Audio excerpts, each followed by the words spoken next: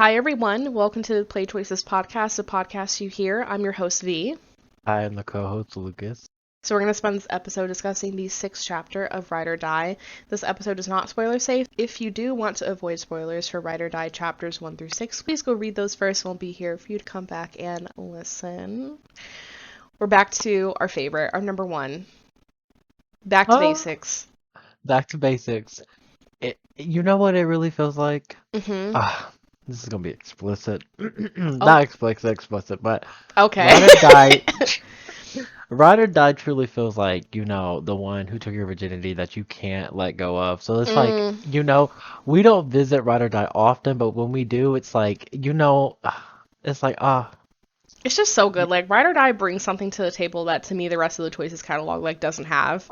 Which is, actual choice. And, not to say that, okay, I'm not going to pretend to sit here that, the whole book ending changes depending on what choices you make. But I do like that there's, written changes in, character interaction and dialogue and stuff. Yes. And I think this chapter is kind of the first time that we're really able to, explore that. Mm-hmm. Which is what has always made Ride or Die, so exciting for me personally. And it's just so funny because, we're coming up on our year anniversary. Yeah. And we just have to revisit Ride or Die, as we're approaching our year anniversary. So I'm just very excited to talk about it. I feel like we should just jump in. Let's just dive in. Let's do it. Okay, so Ride or Die Chapter 6, the chapter title is named Opposite Lock. As a reminder, the default MC name for Ride or Die is Ellie Wheeler, so that's how we will be referring to the MC throughout the duration of the episode. The chapter summary says, you're finally ready to get your driver's license, but your skill won't be the only thing tested today, ... So, a few days after our last chapter, Ellie is awake early. She is studying hard for her driver's exam. So Ellie will go downstairs. She'll find her dad asleep with paperwork all around him on the dining table. And the paperwork is regarding the NPC investigation. It's all spread out, you can see everything. Ellie can either choose to look at the files, or she can decide not to. What did you pick? Oh no, I definitely looked at those files. Ooh! Absolutely. I'm trying to tell you. In the cartoons, when a cartoon character is looking at something and their eyeballs will stretch out of their head and land on the table, that's what I did. I was zoom. It is so crazy because it's not even about it's just take the whole plot out of it. If my dad was a detective and he was asleep on the dining room table and there was some confidential case files, I don't give a damn what it's about. I'm gonna be peeping. I'm gonna be Amen. what's my dad getting? It's not even personal. It's not. It's really not personal. I want to know. I peeked as well. What? For people who didn't peek, may I ask? Why? Why? Why? Why not? We are here for the tea. What do you get out of not peeking?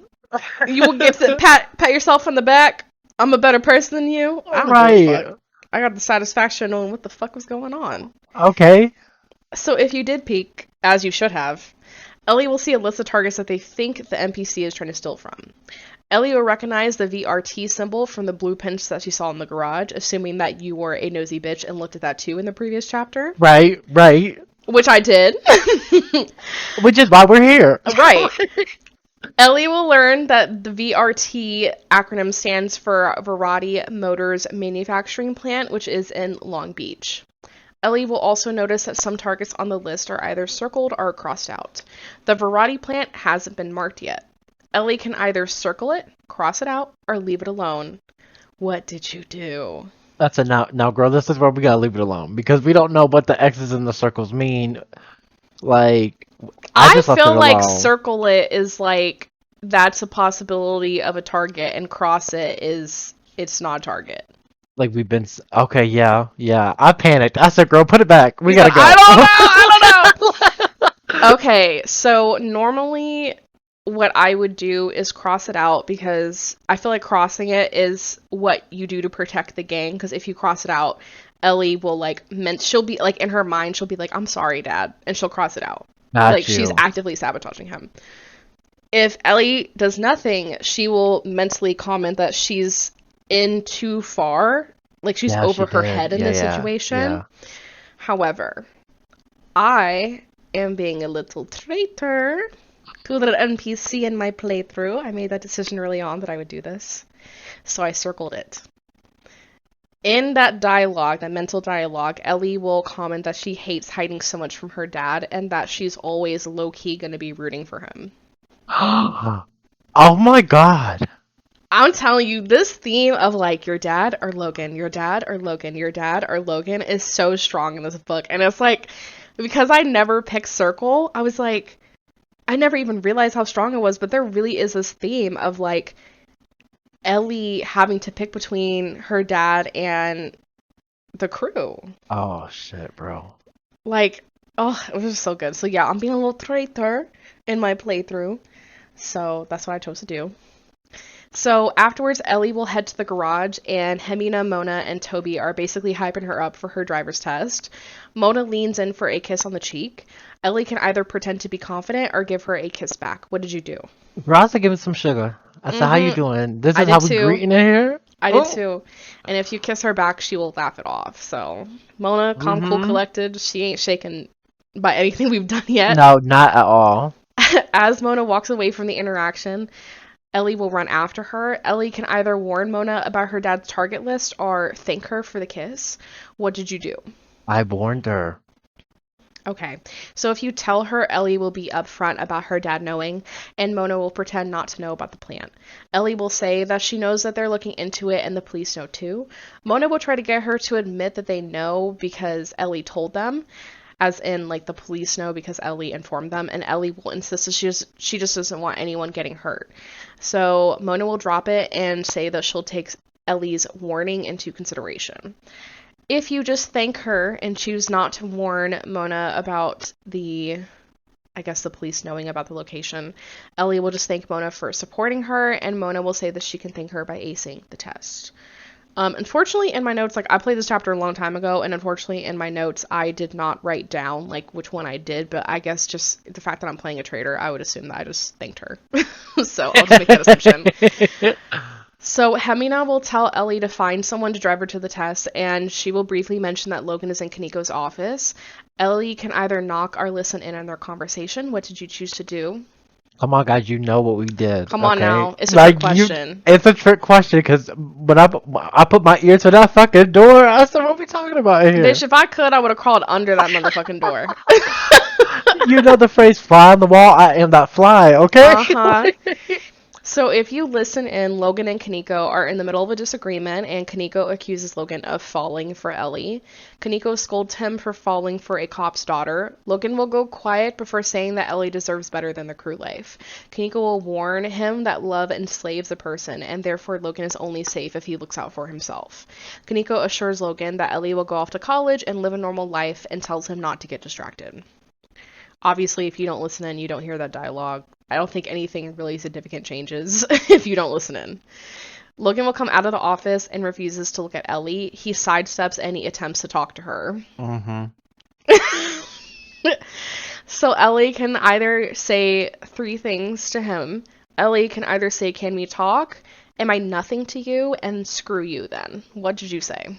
I felt like the other two were just too extremes. Like, I can understand the can I talk, but it's like, you know he don't want to talk to you. So, like, why are we asking at this point? And the whole, like, screw you, I'm like, we're not there yet. So I was like, damn, I don't mean nothing to you, huh? Is that how we about to play it?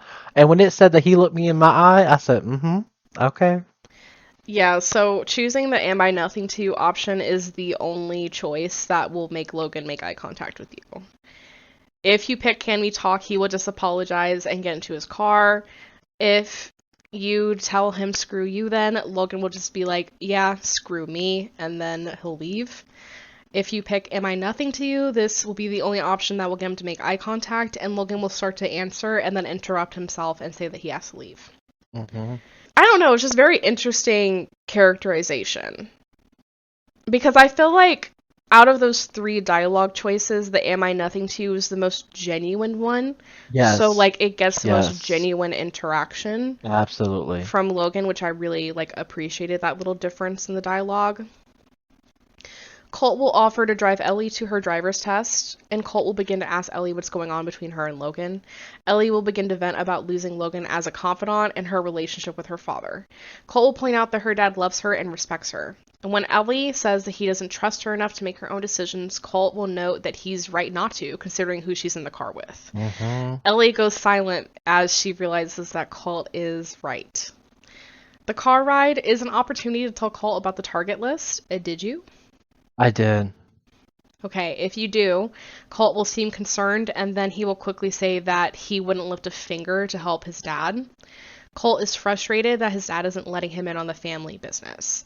Ellie can respond by saying, "Your dad loves you," or "Why do you care what he thinks?" I def said, "Why do you care what he thinks?" Okay. If you pick that choice, Colt admits it's a good question and asks Ellie the same. Ellie will say that she wants her dad to love her for who she actually is and not what he envisions her to be. Colt says that he likes that Ellie doesn't take crap, which might be the first compliment we've ever gotten from Colt throughout the duration of this book so far. If you pick Your Dad Loves You, Ellie will say that Kaneko seems very protective of Colt and insinuates that he pushed Colt and his mother away to protect him from his lifestyle. There's just so much. I guess my first question is, like, after hearing the whole Your Dad Loves You, do you still think that the choice that you picked is, like, a better characterization? Because I feel like a lot of this dialogue is, like, trying to decide, like, who Ellie's, like, loyalty is. Is her loyalty to her father? Is her behavior of her, like, resenting him, or is her behavior of her, like, loving him and being afraid of breaking his rules and expectations, but just feeling a need to, like, break out of the shell?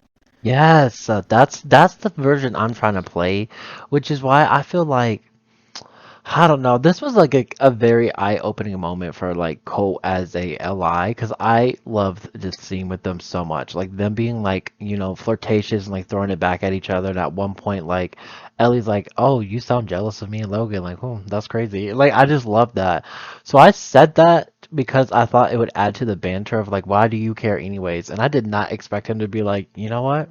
Yeah, that's a good question. Like, why does your dad love you? And I was like, oh, we getting serious a little bit, okay?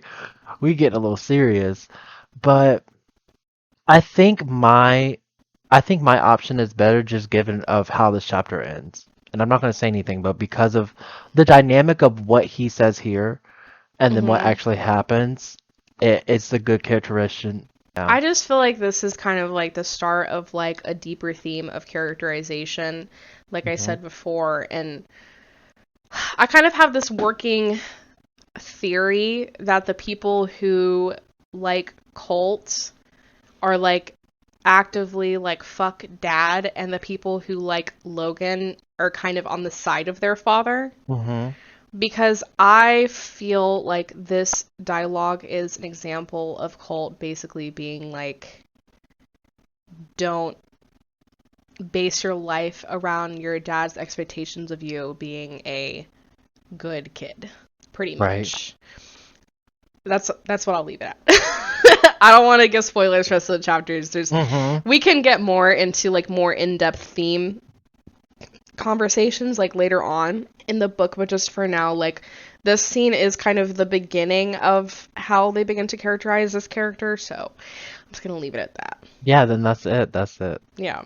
Before we get on with the rest of the episode, let me interrupt with some plugs. You can leave us a voice message at anchor.fm/play-choices-podcast/message. It could show up in a future episode. You can also directly support this podcast by going to anchor.fm/play-choices-podcast/support, which will allow you to support us on a monthly basis. You can also go to streamlabs.com/playchoicespodcast/tip to make a one-time tip. All of these links will also be available in the episode description. Thank you for your support, and let's get back to the episode. At the DMV, Colt will offer to show Ellie some driving skills. Did you take this scene? With the quickness, and I'm mad at myself for it. But with the quickness, I was like, oh yeah, let's see what this is about. Yeah. Right. So Ellie will begin driving, and Colt will compliment her on her skills. She'll point out that Logan helped her learn how to drive, and Colt will sarcastically comment that she doesn't need him then. Ellie can either say, "I don't need you, you sound jealous," or "I'd rather learn from you." This is when I was like, you sound jealous. What's going on? Why you mad, Colt? If you say that, Colt will mock Ellie for even bringing it up, and then Ellie presses by saying that he's been jealous ever since he saw Logan and Ellie together, and Colt avoids the topic. I wasn't able to find any dialogue of someone saying, I don't need you, unfortunately, so I don't know what the reaction is from that, but I know that if you do say, I'd rather learn from you, Colt is impressed by her compliment. So during the scene, Colt will show Ellie how to drift, which is a method of getting around tight corners without losing any momentum. At first, Ellie isn't able to drift, but with some negging from Colt, she decides to try again and does it correctly. During the scene, there is some friendly banter between Colt and Ellie, and Colt tells Ellie to believe in herself when no one else does. Ellie says the same thing applies to Colt and his dad, and Colt will vaguely compliment Ellie before the scene ends. So Ellie will go to the test, she will ace it, and she will show off her new driver's license to the crew. The crew will celebrate by taking Ellie to a paint shop to get her car customized. Did you paint your car, and if so, I did. what color? The pink and white. I said, Damn, girl, let's be bitch. flashy. Mm-hmm. I did the same thing. Yes. I think the first time that I played it, I did the yellow car, Mm-hmm. but afterwards I definitely did pink. Mm-hmm. This is why we best friends. And then the crew will arrive back at the garage with takeout in hand, and Logan is there. Once he learns that Ellie got her driver's license, his expression softens. You can tell that he's proud of her for what she did. Ellie can either credit Logan for her driver's license accomplishment, or she will say that it was no thanks to Logan. What did you say? I said no thanks to you. Okay. Damn, you being a bitter bitch. Hey, I am mad. I am mad. Like, let me dictate my own life, and like, don't give me the cold shoulder just because your boss yelled at you because you like me. Oh. I mean, to be fair, he gave you that response before the disagreement with his boss, so I think it's very much motivated by his own concerns about Ellie continuing to get involved. But it ain't deterring Ellie at all. This bitch's still here. No, she is here. But that's what I like about this chapter, is because, like, I feel like people who criticize Ride or Die, right? They will say that, like, the only reason why Ellie is even a part of the NPC in the first place is because of Logan, and that there's no other motivations. But they straight up, like, wrote an entire chapter where, like, Logan ain't fucking with you whatsoever. Exactly, and how she the whole succumbs. crew got your back. Like, they literally, like, let's get you painted, let's do this, let's do that. Congratulations. Like, the whole radio scene was cute as fuck. Mm-hmm.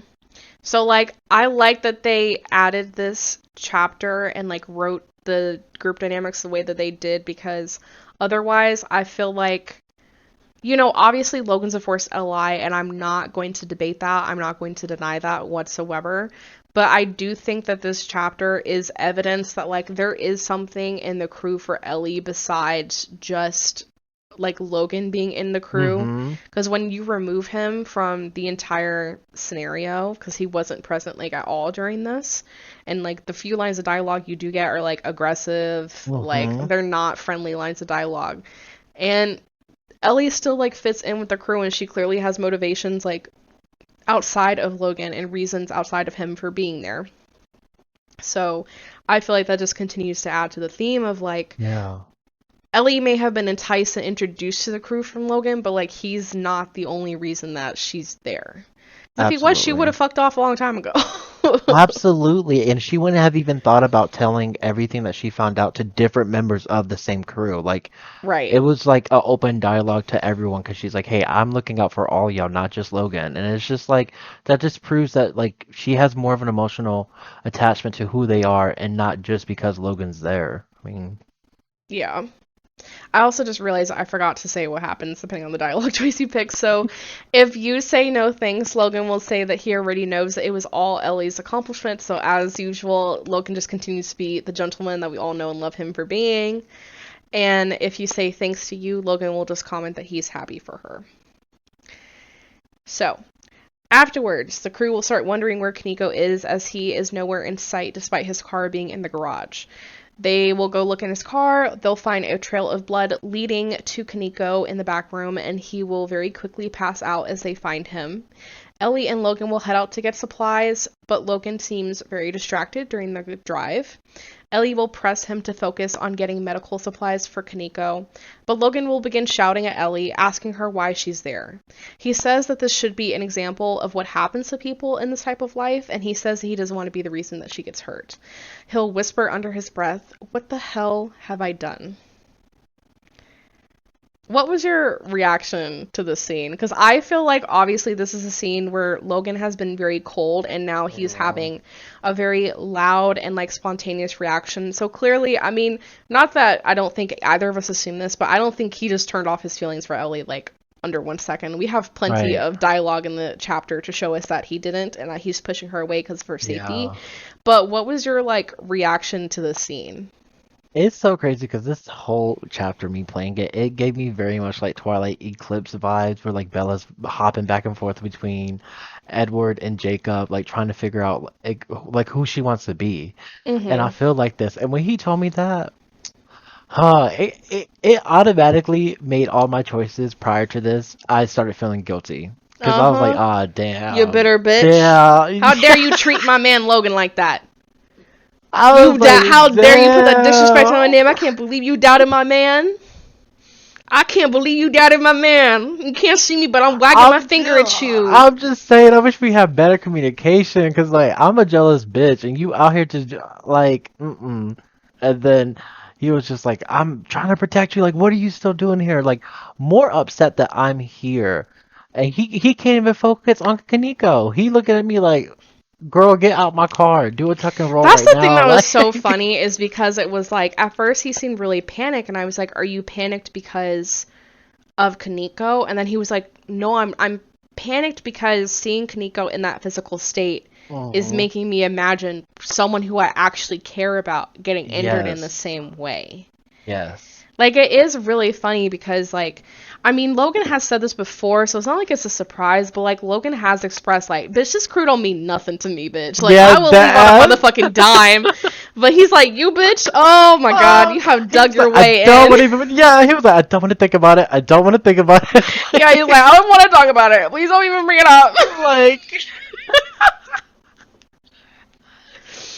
Oh my God. Yeah, I don't know. I thought it was a very touching scene. I mean, when he started saying this stuff, like, I don't know. I was just like, damn, bitch, I'm glad I didn't sway from my decision to stay with you, bitch, because I wasn't mad at him. I was just hurt. I was like, why? I just still feel like I gotta play the field. I don't know. I mean, that's fine. You can play the field. It can be a hoe. Like, I'm being a hoe in this current playthrough. I just feel like in my first playthrough, like, I just knew Logan was the one for me, so I didn't even entertain no bitches.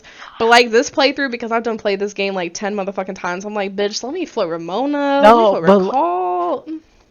Sometimes I feel like it's crazy to see, like, this interaction with Logan where, like, the hot and cold is spanned out. Like, this is a long cold period, right? Mm-hmm. Like, he is not in this chapter.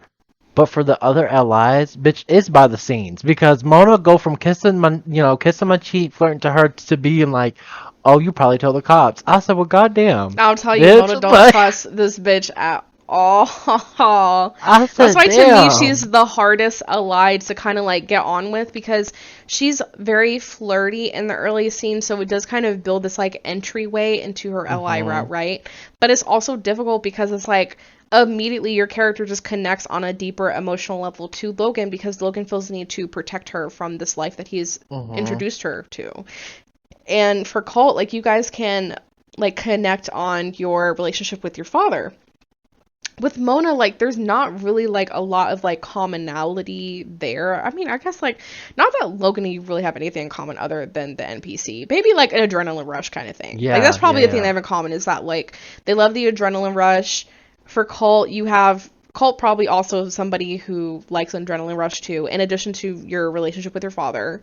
I feel like the relationship with the father can either be a connect or disconnect, depending on how you characterize it, right? Because, like, you can play Ellie as someone who really loves her father, or you can play Ellie as someone who, like, is just really, like, bitter and angry about his expectations for her. And then with Mona, it's like, I don't really know what you guys have in common other than her being, like, she obviously fine as fuck. Like, I'm not going to sit here in front. Yeah. Like, she's fine as fuck. And she's fun. She has a good sense of humor. The hot and cold, like, it kind of does something for me. Like, sometimes I don't really care for the hot and cold, but the way in which they personified her flirting is a lot more, like, charming and endearing to me. Mm-hmm. But the whole, like, damn bitch, I have been, and I know Ellie hasn't necessarily done anything to gain Mona's trust. Like, I'm not saying that she's wrong. Right. But I'm just like, where is the environment where we can fall in love with her? Like, I just don't see it. I just don't see it. It is like, hard. We don't have no intimate conversation like the way I am with Logan or the way I am with, like, Colt. No. So I'm like, when do I get to the point where I want to see her puss? That's what I'm asking. Right, That's what I would like to know. So Kaneko later on will finally wake up, and he says that another crew that goes by the name of the Brotherhood fucked his leg up because they wanted payment for the NPC doing deals on their territory. Logan says that Kaneko should have told him to fuck off, but Kaneko says he doesn't want to incite a turf war. Ellie pieces together that the man that she saw speaking to Kaneko in the alley in a previous chapter was the Brotherhood contact for the NPC. The crew will ask why they were kept in the dark about these deals and these conversations going on, but Kaneko says it's because they're dangerous and connected. The Brotherhood asked the NPC to do a job for them in order to end the conflict, but Kaneko said it was too dangerous and they broke his leg, so he can't necessarily participate in the job because he can't drive. That's the one thing about, going on topic, but that's the one thing about these, like, mafia type movies, or at least gang type movies, that I never understand, because they, like, be breaking, like, shit, like, break your bones, and they're like, go rob a bank. How the fuck am I supposed to do this? Yeah, like... I can't be an employee for you and be on medical leave. Like, I can't do the same thing. So, anyways, Kaneko's leg is broken. He cannot participate in this job. Logan says that they have to do the job in order to, maintain the peace, and Ellie will volunteer to help, and Logan is pretty upset at this volunteering. Logan will ask what she's trying to prove. Ellie can say one of two things. She can say that I help my friends or that I'm good enough for this. What did you pick? I was very torn between this, but I just feel like, I don't know, the one that resonated with me most was I'm good enough for this. So if you pick the I'm good enough for this option, Logan says that no one will think less of her if she decides to pull out, and that is not who Ellie is. Ellie says that neither of them knows who she is. Exactly. It's bitch. such good dialogue. Like, exactly, bitch, I am trying to pave a way for my identity and yes, myself, and, like, bitch. this is just something that I need to do in order to discover, like, who I am. Exactly. And that's exactly what I was aiming for this entire chapter. So for that to, like, literally be summed up at, like, towards the end of a chapter, that dialogue from her, I knew, I was like, I played the fuck out of this chapter, okay? I played the fuck out of this chapter. Before we continue with the rest of the episode, let me interrupt to share our socials. We are at Play Choices Podcast on Instagram, Play Choices Pod on Twitter, and we're also on playchoicespodcast.tumblr.com. I'll post any episode notes relating to this week's episode on Tumblr. We're also available for streaming on all major platforms. If you're listening on Apple Podcasts, please rate and review, as reviews help us in the platform's algorithm. If you leave us a 5-star review, we'll read it on the podcast. As always, we are a growing podcast. If you see us on your socials, we appreciate a reblog, a retweet, or a share depending on the platform you see us on. We also love it when you share our podcast with your choices-loving friends. And back to the episode. If you pick the other option that says, I help my friends, Ellie says that she knows that the crew will abandon each other if things go south, but Ellie's better than that.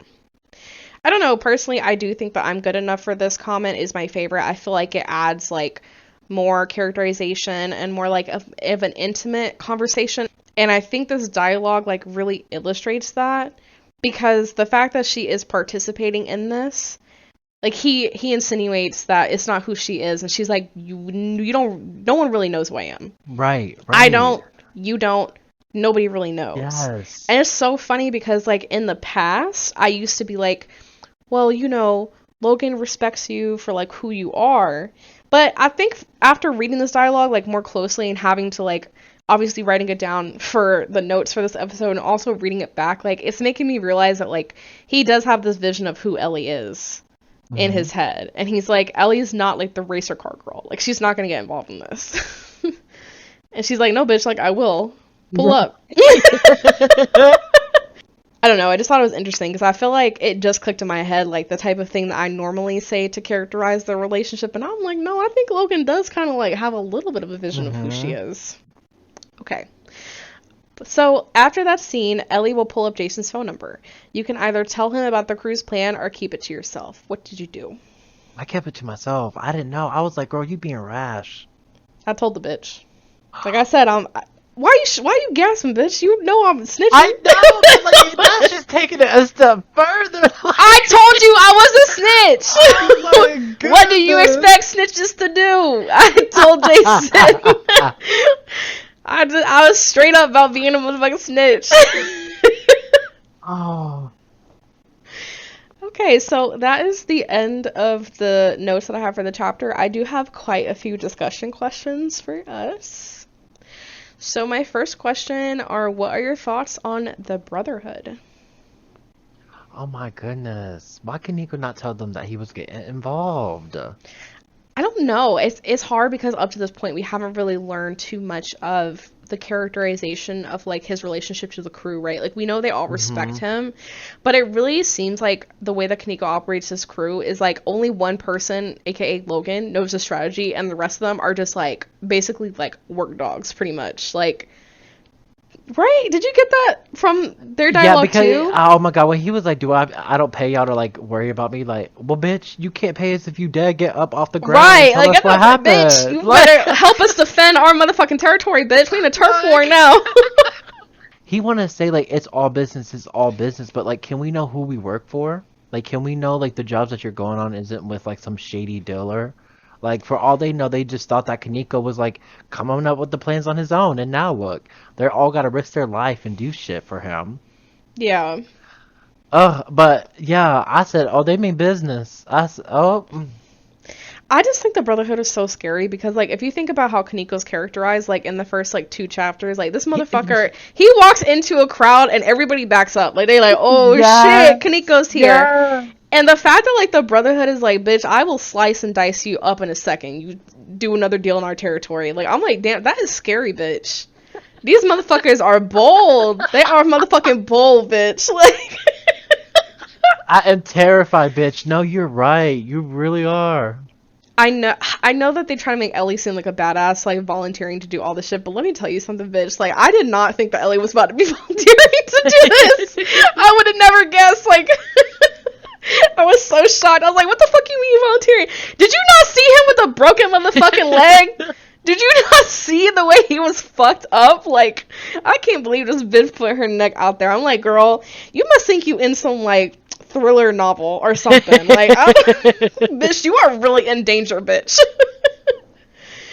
Okay, my next question is, how do you feel about Ellie's relationship with her dad? Are you playing a character who loves her dad or is resentful of him? He's on the back burner of my mind, right? Like, I'm doing this for myself. And it's crazy because Ellie's actions are so motivated either by her dad or by Logan. And, like, we get these gray areas like this of that dialogue that, you know, she's like, well, we don't know who I could become. So really, like, I mean, I'm not trying to hurt my dad, right? But, like, I gotta find out who I am. You kept me caged up. You don't even know I got a driver's license. You're not, like, bitter about him. You're just kind of like, I have to prioritize myself right now. Myself, yes. Okay. Yeah, I mean, the way that I typically like to play this book is of an Ellie who, like, still loves and respects her dad, because to me, if she completely was resentful of him, her, like, still doing well in school doesn't make any sense. Like, I just feel like, and I understand there are scenes throughout the book where you can, like, choose to, because, right, didn't that happen in the last chapter where you can choose to, like, skip class and stuff? Yes. Yeah. And I understand there are scenes where you can choose to do that, and so you can be like, well, technically, like, Ellie can skip class, but, like, it don't make no motherfucking sense that through her first semester of senior year, she's still, like, is she valedictorian? Yeah, right. She's still, yeah. Okay, so it makes no sense to me that in the first semester of her senior year and going into, like, the second semester too, she's still valedictorian, but she resents her dad. Like, that's just, to me, if you had such a strong emotion in the beginning of the book, you would already have been deteriorating stuff that your dad is proud of you for, like your grades, right? Like, to me, it just doesn't quite make a lot of sense, because I understand as a couple of weeks have passed, right? I get that, but For me, I just don't think that the events of the book solidify enough character development from her to go from at least respecting him enough to keep up the facade to hating him, you know? However, in my playthrough, I am playing someone who's resentful of her father because I am trying to explore the romantic relationship with Colt a little bit more. And I do feel like playing someone who is resentful of your father kind of like sides with Colt's feelings so far. My next question is, what are your thoughts on Ellie's and Colt's relationship? I like how they can bond over their father. I like, the hypotheticals of like why they're there and like, what they could mean to each other. But to me, like, Colt is just like a mirror of who Ellie could be. Like, they're just like different sides of like the same coin. And I just feel like Logan just gives more of like her becoming a different coin, a dollar bill, like be 100. Like, I just feel like it's hard for me to romanticize Colt because I love the cattiness. I do. Don't get me wrong, but it's also very similar to like sibling banter. So like as much as I appreciated like exploring him this chapter and like breaking free, going to chill Jacob a little bit. Baby, I'm Team Edward. Always have been. Oh my god. Okay. You feel like they may be a little bit too similar? Yes, like I really do. Like I really do. Okay. Here's an interesting thought that I just pieced together. Do you feel like, I know there's a lot of comparison between the relationship with her father, which like I do get, but do you to a certain degree kind of feel like the relationship that she has with her dad might be more akin to the relationship that Colt has with his mother? Because, like, if you think about it, why is he going to college? If he doesn't really care about an education, why is he going to college? Probably because his mother told him, like, you need to go to college and make something of yourself, right? Yes. Like, that's kind of the conversation that most people have with their parents when it comes to college. Like, it's just assumed you're going to go, well, Mom, I don't want to go. I want to go back and visit my dad. And she's like, no, you're not going to go see your dad because I know what's going to happen if that occurs. And, like, you're just going to go into the criminal life. I don't want that for you to go to college. So that's why it's so and I know, like, we don't learn anything about his mother, but, like, I just feel like it's probably more of, like, a better comparison. I mean, I guess it's not like it's, like, a day and night difference, right? Because, like, either way, Kaneko is pushing him out. But, like, I don't know, I just kind of want to learn, I want to learn more about his mom. Yeah. See what that's about. Because, like, for us, like, we really only have one parent to talk about. Oh, I'm sorry. But it's true. Like, we can talk about our mom as a child, but, like, she didn't really, like, she's not here for us in our, like, preparing to leave high school, go to college type of years. So, I don't know, it's challenging. I don't know, my thought on Ellie's and Colt's relationship, I kind of agree with you. Like, the banter to me isn't really, like, romantic. I'm not really into men who neg me, to be honest. I feel like Colt spends a lot of his time negging people. It's clearly a defense mechanism, and I don't really love it. So, like, I just prefer Logan. I feel like Logan was a lot genuine with us a lot faster. That being said, I do think the dynamic about discussing their fathers is very interesting. I think there's a lot that can be gleaned from that. I do think that there is a connection that can be built from that. Yes. If you feel like you have a really difficult relationship with your father and you encounter someone who you feel like can relate to it, unfortunately, Logan, love you, baby, but you don't have no daddy for us to talk about. So we can't sit here and discuss our fathers together. But, I mean, y'all, in my heart of hearts, I'm always going to be Team Logan. Big Logan fan. You don't see me, but I'm throwing the little, like, rock out sign. Okay. Big Logan fan. I'm throwing up some L's. Right. But, I mean, there is something interesting about Colt, and I will give it some credit. Like, I think I definitely want to spend this playthrough kind of dedicating more time to Colt's, like, romantic line as well as Mona's. So I'm just going to continue to develop my my perspective of them, and of course, like, as we go through the chapters, like, my opinion will just continue to evolve. Next question is, what is your thoughts on Logan and Ellie's relationship? We in a weird place, bro. I don't like it, But I don't like it. Like, he said, shit is not right with us lately. It's not right. It's not right. Like, I completely understand where Logan's coming from. but can we move past it so we can just do it together? Like, can we just do this together? Because obviously, I want to be a part of it for whatever reason. It's my decision. Whether it's about you, whether it's about me, whether it's about Colt, whoever, it doesn't matter. Can we just get along and can we do what needs to be done? Because right now, these goons, whether I want to admit it or not, I'm tied to you. They could come after me any moment. Let's get this over with. I don't know. I feel like it's hard for Logan to snap out of it because they deliberately wrote something in the motherfucking chapter that reminds him of the day. It's like every single time that we could possibly have a conversation with Logan to be like, hey, bud, really want to be a part of this crew with you. Something happens to where he's like, oh no, this is the danger. Like, wasn't it last chapter when he got beat up? And then, like, this chapter, Kaniko's leg got broken. And it's just like, this motherfucker just seeing left and right, like, bad shit happen to people. So, like, I don't know. I feel like it's really endearing and really cute that he's, like, this, like, scared pretty much of anything bad happening to Ellie. Like, kind of respect it, like, a little bit more. Kind of respect, like, Colt's behavior. Mm-hmm. Like, okay, and this is where it gets really divisive, because I feel like this is where it completely comes down to personal preference. Some people love a man that is protective of them, and some people don't. Some people like the fact that Colt is like, no, you a bad bitch. Go ahead. Right. Like, it really just comes down to personal preference at this point, but for me, like, I don't want somebody who's so overprotective that they stop me from doing something, which I don't think that Logan fits in that category. No. Because it's not like he physically restrained her and was like, you're not going anywhere. But he just, like, expressed his disapproval because, and I'm not, here's the thing, I don't disagree with him because I don't think that Ellie realizes just how motherfucking dangerous this is. She's agreeing to something without even knowing what the motherfucking plan is. Like, she didn't ask for no details. She didn't ask for a time, a date, a place. She don't know what they stealing. And she was just like, yeah, bitch, sign me up. Man, you were a little bit too eager.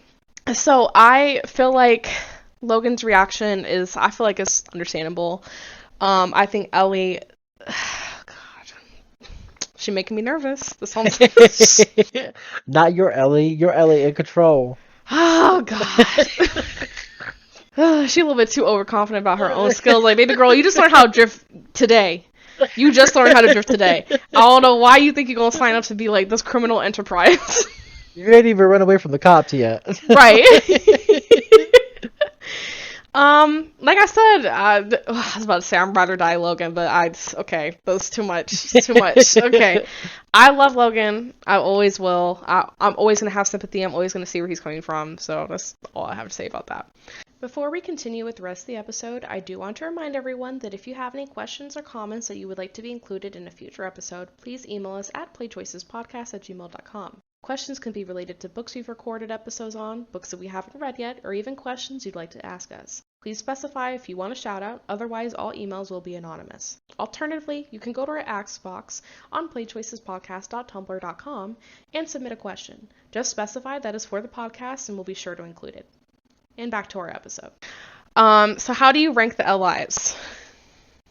Oh, it's still Logan.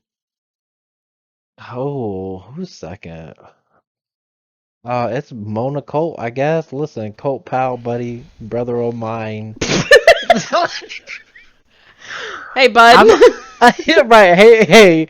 I'ma still, like, C, but, like, I don't think I'm gonna end up changing my mind. And Mona, baby, just give me a little bit more warmth, please. Right. That's all Give me I'm some asking. intimate moments. Give me a moment to connect with you.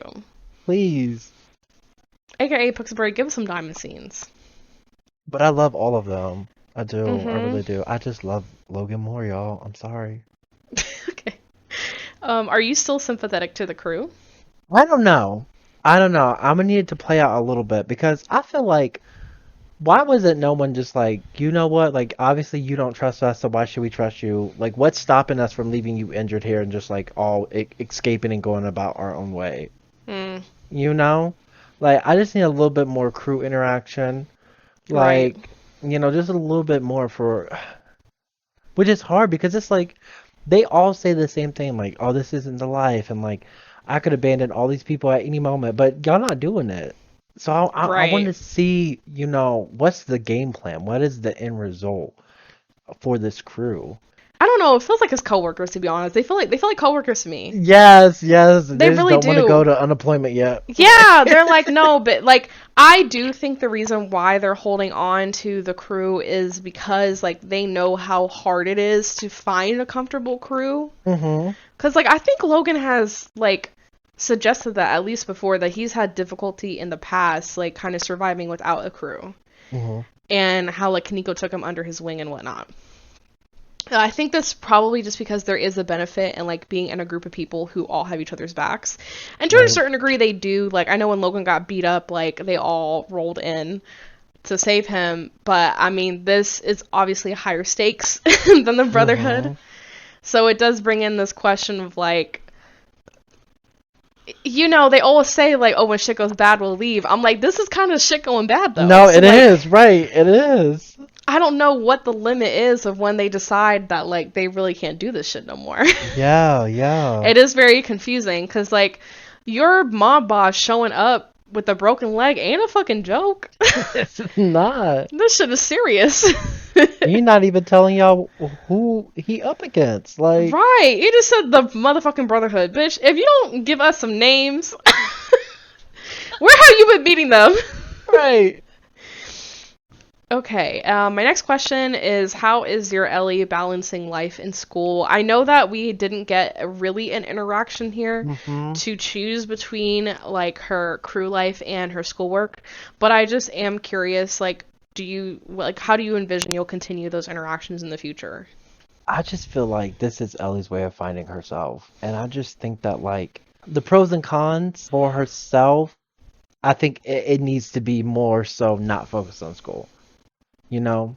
Because, like, she has a passion for school, yes, but that's not where her focus is right now. And academia is always something that you can fall back on. Like, you could always go and get another degree. You can always go and pursue a new choice in life when it comes to education. It might be a little bit harder for her, but what's the alternative? Like, her going through school and saying, like, yeah, my dad really forced me to go through school and I did it and I got a degree. But, like, is that going to is that going to end in happiness? Like, not necessarily. Okay, I will remind you that she only gets one diploma. I would understand if the question was like, hey, you want to drop out of college for a semester to find yourself? I get that. But she only gets one high school diploma, and that shit gonna follow her around everywhere. Like, your GPA is very important getting into college. Right, but if she's still a valedictorian, one semester is not going to drop it enough to where she's not going to get accepted into college. A college. I mean, yeah, but she's already accepted into, like, an elite college. She can get into any community college. I'm not questioning that. What I'm saying is her ideal college. The Langston. Is it Langston? I think it's Did her Langston. mom go there? I don't know what the story is. I don't know why she's so fixated on this university, but she really is. I think she just wants to go because it's like across the motherfucking continent from her father, to be honest with you. But do you still feel that way? Are you like, nah, you don't have to go there. Let's just go to a little local college. Yeah, man. Go to local college, get your GPA up there, transfer to a university. I'm not, again, like, I understand it is hard. It is going to be a lot harder for her. But it's either be happy and follow yourself now or do what is expected of you and hope that it brings you happiness. Okay, stay in school, kids. Don't listen to Lucas for your life advice, okay? Stay in school. Stay in school. I think I will definitely pick school over this crew. I mean, personally, I feel towards the crew the way that I feel towards my job. I think your job will suck every ounce of life they can get out of you. They will suck every hour they can get out of you. And I understand that Ellie is using this as her little experiment to find herself, but I feel like she's going to end up with some more scars than she anticipates from participating in this crew. And they will take her and swallow her and chew her up for all that they can get. So I think she needs to learn what's actually going to bring her the life that she wants. I don't know if the life that she wants is actually being a criminal. I think that she thinks this is a little picnic, walk in the park, take a vacation from my private school life, and I'm going to go to this crew and have a little bit of fun. But after seeing that motherfucker with the leg broken, I'm done. It's not cute anymore. Ellie, we gotta cut this shit out. It's just not cute. Okay, that was my last discussion question, so I just have bingo left. Now for people who are not familiar with bingo, or if you forgot, whatever your reason is for not knowing what's going on, for not every book or not every episode, but for some episodes we will indeed have a bingo. And the bingo is essentially a literal bingo card, 24 squares. It's all filled of stereotypes or tropes that we think we will encounter in the book, based off of the book's themes. Now, we did not make this bingo. I found this on Reddit. Technically, the bingo is very sarcastic. Like, it was made to make fun of Ride or Die because the way that they marketed this book was absolutely ridiculous. But we will play through it, or we will go through the bingo at the very least. So let's start with the first unmarked box that says, Logan makes fun of you for being a good student. That has not happened. The second box says, your gang will definitely have a car crash at some point. That has not happened. Your father will have to pick you up from a police station. No. Logan's gang will involve you in dangerous missions to test your trust. Oh, my clicking fingers is shaking. I feel like we just need to know more about this mission before I mark that, but it's just shaking. The next block is you will emotionally manipulate your dad to help your friends, even if it's against his integrity. Dad doesn't even know about the crew yet. Yeah, no. Your teachers worry that you are failing your grades, but you don't care. And no.